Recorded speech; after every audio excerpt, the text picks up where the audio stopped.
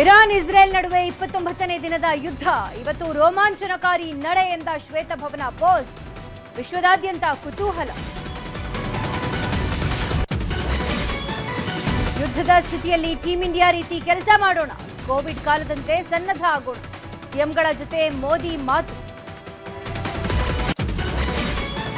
ದಾವಣಗೆರೆ ಕಾಂಗ್ರೆಸ್ ಬಂಡಾಯ ಶಮನ, ಸಾದಿಕ್ ಪೈಲ್ವಾರ್ ಮನವೊಲಿಸಿದ ಸಿಎಂ ಸಿದ್ದರಾಮಯ್ಯ. ಸಮರ್ಥ್ ಪರ ಇವತ್ತು ಪ್ರಚಾರ. 18 ವರ್ಷಗಳ ಬಳಿಕ ಬೆಂಗಳೂರಲ್ಲಿ ಐಪಿಎಲ್ ಉದ್ಘಾಟನೆ. ಆರ್ಸಿಬಿಗೆ ಹೈದರಾಬಾದ್ ಸವಾಲು, ಶಾಸಕರಿಗೆ ಸಿಗಲಿದೆ ತಲಾ 2 ಟಿಕೆಟ್. ಚಿನ್ನಸ್ವಾಮಿ ಸ್ಟೇಡಿಯಂ ಸುತ್ತಮುತ್ತ ಹೈ ಅಲರ್ಟ್. 2000ಕ್ಕೂ ಅಧಿಕ ಪೊಲೀಸರಿಂದ ಬಂದೋಬಸ್ತ್. ಯಾವುದೇ ಲೋಪ ಆಗದಂತೆ ಕ್ರಮ.